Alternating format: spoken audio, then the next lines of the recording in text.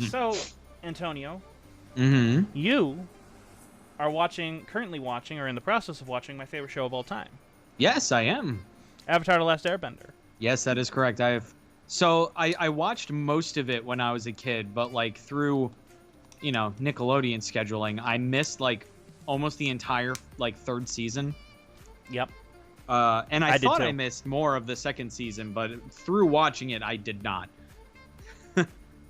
So, yeah, but also just reliving everything again through what I have seen. It's such a good fucking It show. is. It's so good. I think season 1 is my least favorite season as a whole. Oh, definitely. But that's also like. But it also like has an saying that, amazing like, finale. The chocolate finale is of my season least 1 is favorite ice amazing. cream. It's like, yeah, but all ice cream's good. it's true. The Jet episode is amazing. Jet? Yeah. Yes. But season 1, in my opinion, has... Well, all 3 finales are good. Mhm. But the orders of my favorite finales are 2, 1, and then finally 3. 3 is my least favorite. But it's still good. Yeah. I'm almost there. I just have like 4 episodes, and then it's like Sozin's Comet. If you're going to end a show, season 3 did it really well. Mm-hmm. In fact, did it. The only other series finale that I can think of that's better than Avatar: The Last Airbender is Star Trek: The Next Generations. But season 1's finale established that this show, it's not just going to be kiddie shit anymore. Yeah. Oh God. Because that was my problem. They had that episode where you get the backstory of Aang and Zuko. Yeah. That was really good. I think it's Yeah. called The Storm. That's my favorite episode of season 1. Yeah, that's the best episode in season 1 by far. Yeah, by far. And then you have the finale. Yeah. And I fucking love the finale. And Where then they fucking save each other. It's like, oh, Yep. yes, plant those seeds. plant those seeds. Well, it wasn't intentional. That's the thing. Zuko was supposed to be the main bad guy the entire show until suddenly season 1 was done. And the writers realized, the fandom for Zuko is quite large. And that's why they introduced Azula in season 2. They did the same thing for Darth Vader, by the way, in Star Wars. He was supposed to be the bad guy, the heavy, until they started adding nuance to him, and they realized, we got to introduce somebody more evil, and that's when the Emperor came in on the final movie. Well, in doing so, they literally made, and this is my opinion about the whole show, is that Zuko and Iroh's story is way more interesting and way more compelling than Aang's story. Absolutely. Watching yes. Watching Absolutely. Zuko and Iroh, I'm like, yes. If the show was just this, I'd be okay. No, you see, I don't think it would be. I think they work great as that side story to the main story. And that's why I think they balanced it extremely well. And one of the things that I fucking adore about season 3, and how far are you in season 3? Zuko literally just joined them. Okay. So the arcs begin. Yeah. Yeah. Each character has their own little arc that happens in season 3 that gets wrapped up beautifully. And I love how they do it. Yeah. And I love Zuko to death. Oh my god. So do I, dude. I love how even like in the beginning of season 3 when he's like, a fucking gilded Fire Nation warrior, and he's like, welcome back with open arms, and he's still upset. I love how fucking dramatic he is sometimes. It's kind of hilarious. Yeah, and I'll be honest, I don't really care for that episode where Azula, and May and Ty Lee are on that island. Oh, yeah. I don't even really care for that episode. I mean, it's a good episode, but the reason why I like it is because I think it gives Azula a shit ton of nuance. Oh, yeah. That wasn't that's really the there why I love beforehand. it, too. You're about to get to an episode that's Sokka focused that does something truly amazing, and by amazing I mean terrible in all the right ways, to Azula. Okay. And I can't wait for you to get to that episode. It's coming up real quick. But like, I also love how like these characters fail. Like they're not just perfect the entire way through. They fucking fail. Hell, like the ending of the invasion when on Oh, I the love day of that. Black Sun. I loved that. I was like, oh my god. They fucking fail, and they fail miserably. Yeah, they fail hard. Yeah. And then When I they love well, the finale to season 2 I think is just phenomenal. Yeah. The utter tension in that entire thing. Plus I love the Dai Li. Yeah, the dialogue. I always love those secret police organizations where it's like a government within a government kind of deal. That's why the Godzilla saga is just fucking chock full of it. But I love that whole... Oh. Bye, Antonio. Anyways, it's just me now. Hi, everyone. What? Are you there, Antonio? You dropped like mad. Yeah, I'm here. You better be. I'm here, baby. Oh, you here? Oh, you're here. Yeah. Okay, good. Good. Good. Anyway. Anyways, what were we talking about? No, I was saying even just the animation of when Aang goes into the Avatar state and Azula shoots him with lightning, and he fucking just like wriggles in the air. Oh, that shook it's me. So, oh god, that fucking shook me. It still shakes me, and I would have left him dead. At least until the beginning of season 1. Season 3. I would have left it on that big cliffhanger. Personally. Yeah, so would have I. But that was honestly what that felt like. That felt like more of Nickelodeon meddling than like what absolutely. they wanted. Well, I can also say this. I love. Well, Zuko in the entire finale is just phenomenal, and you're completely on Iroh's side. Oh yeah. And however, what I love about it is that you understand why Zuko does the decision that he makes. He's been trying to gain that respect back from his family since the beginning of season 1. Longer than that, really, but since the beginning of the show, and suddenly he's got it. And it's not. It took him getting it back for him to realize it's not what I want.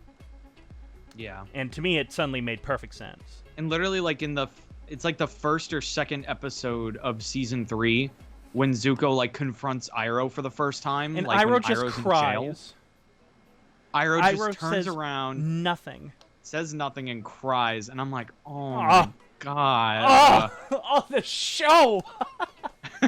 I'm like, oh no, no! It's perfectly. I love Avatar: The Last Airbender because it's also perfectly fucking paced. yes, Like it's not 7 seasons of like where half of each season's filler. It's 3 seasons. And every episode counts in some way. absolutely. With the exception of season 1. Season to 1, an I think, extent, has a little few. a lot of those characters come back. They do. But you don't need to know them. Yeah. Like, I was legitimately surprised that, what's his name came back for the invasion. The earthbending kid that got arrested because of Katara. Oh, him. Yes. I was legitimately surprised that they just brought him back out of the blue. Yeah, I remember that. He has a mustache in that episode. Yeah. Which means he grew. My one complaint with that show is that times. it takes place over such a short period of time. And when you look at it within the show, it takes place over the course of just about a year. Yeah. And I think that's too short of a period of time. Yeah, I feel like it should have been like I feel like each season should have been like a year. A year. That's what I thought. Should have been a year, but whatever. Yeah. But season 1, I believe you also get introduced to the Order of the White Lotus. Yes. No, that's season 2. Oh, is it season 2? Okay, because I know that they come back in a big way. Yeah, I figured considering they're someone was given up High Show White Lotus. I think it was Aang. Yes. Yep. And I love it was them. Sokka. That's who it was. Oh, the sword guy. master. The sword guy, right? Yeah. Yeah. Yeah, I love that episode. I freaking And love that even episode. I love when they first introduce it and like Iroh goes into like the meeting room to like meet with the White Lotus. Yes. And Zuko tries to walk in, and they literally slam the door in his face. He's like, "Sorry, members only." The show is brilliantly structured. Moments of comedy amongst some of this really deep shit. Yeah, and it never feels ham-fisted. No, either. it never does. Brilliantly written, and I think One of my favorite episodes of season 2 is Zuko Alone. Mm-hmm. And Zuko Alone is the one where he's alone and he walks into that random town that's like split between two factions. It's a remake of Yojimbo and A Fistful of Dollars with Clint Eastwood. It's just a remake of that, and I fucking love it. Just because Zuko is so angry that he has to hide that he's a firebender. And then once he actually does firebend, they hate him. They hate him for it. Even though he just saved them. Yes, and I love it. I fucking love it. Yeah, I love it too, for as tragic as it is. Or even when, as hammy as it is, the one episode where Zuko goes on the date in Ba Sing Se. It was nice. It was so nice, and it's like you see the taste of Zuko just like feeling good and like feeling like he can attain a better life. But then he's like, no, I'm the prince of the Fire Nation. I know. I shouldn't. And, well, in my opinion, he made the right decision there. Oh, but, definitely. But I like it how after everything is done, when he returns, all of a sudden, he just opens the door casually again and goes to Iroh. It was nice. And then shuts it again. I'm like, okay. How was the date? Slam. It was nice. It was nice. Wasn't that also the episode where Iroh sings to his son, leaves from the vine? Oh! Don't mind me. Season 2 is so good. Season 2 is so fucking good. Tales from Ba Sing Se is honestly the best episode of the entire fucking show. No, I would disagree with you there. I like the Zuko episode, and I like Iroh's episode. I don't like Zuko. I don't like Sokka's, and I don't like Toph's at all. Yeah, Toph's was whatever. Toph just wants to look pretty, and I'm like, I don't care. Yeah, who cares? I don't care. But I don't want to watch Sokka do haiku. Yeah. But I'll take fucking Iroh crying over his son. Well, he's so happy for the rest of the day, and suddenly you realize why. And it's like it's a total Iroh thing, and it's very Eastern religions. Eastern religions do this a lot, where it's like, no, it's not. You don't mourn the dead; you celebrate their life, and that's very clearly what Iroh was doing throughout the day. That's why he was so happy. Yeah. And then all of a sudden he finally sings a song, and of course he cries. And it's Mako. That was also, I believe, Mako's one of his last episodes he recorded. It was actually the first episode without him. Oh, really? Yeah. Okay. Yeah, that's crazy. They actually introduced the new voice actor in that episode. Oh, they did. Yeah. You see, this is why I need to watch it again, because I've never paid attention to the credits. Yeah. Yeah. And it's like, literally when they just end that shit with "in loving memory of Mako," I'm like, no. Why did you have to die?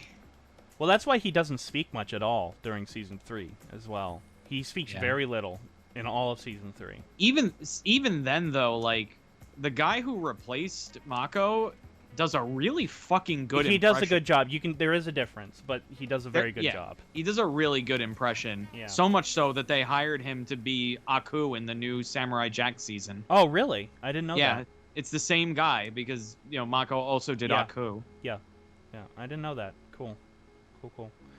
Yeah, but fucking Avatar: The Last Airbender is just phenomenal. Yeah. Just phenomenal in every way. Yeah, I'm gonna be sad when I'm done watching it, and then I have to fucking wait a few weeks, and then I get to watch the bad one. What's the bad one? Korra.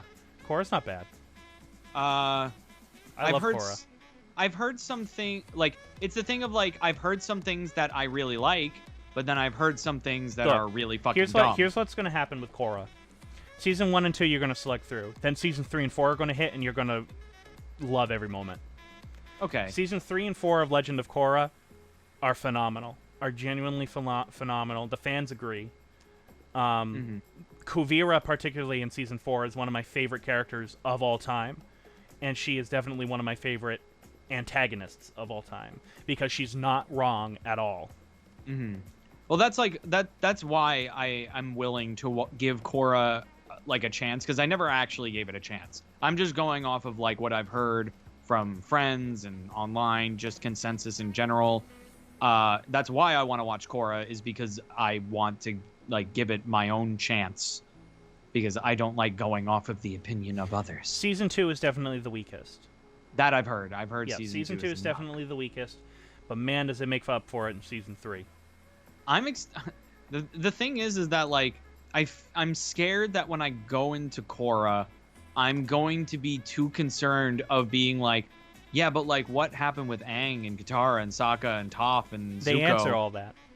Good. That's all there. Like I know that Zuko and Katara are in this and Aang are in the series. Kind of. But I'm not super sure about Sokka, and I think I'm pretty sure I know that Toph is in it.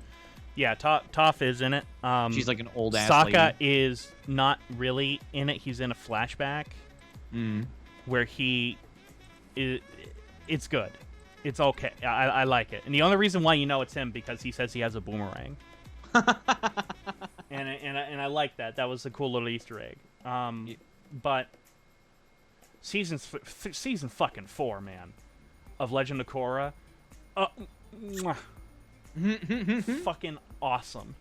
This is why I'm like willing to give it a chance, because it's like the opinions that I hear are so different.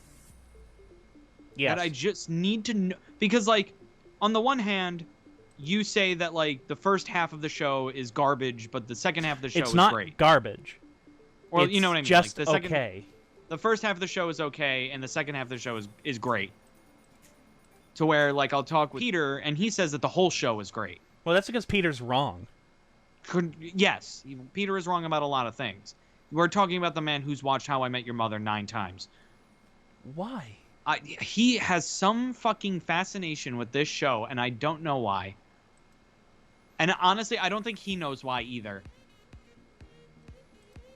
Like my mental conundrum when it comes to him doing that is I'm like, I don't care how much I love a fucking show.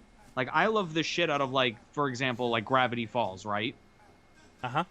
But, like, I don't think I would ever be able to watch Gravity Falls 9 times. I think I would, at most, watch it twice. Like, in my entire life. I think I've seen The Last Airbender, Avatar The Last Airbender 3 times in full. But I haven't seen it since I started going to college.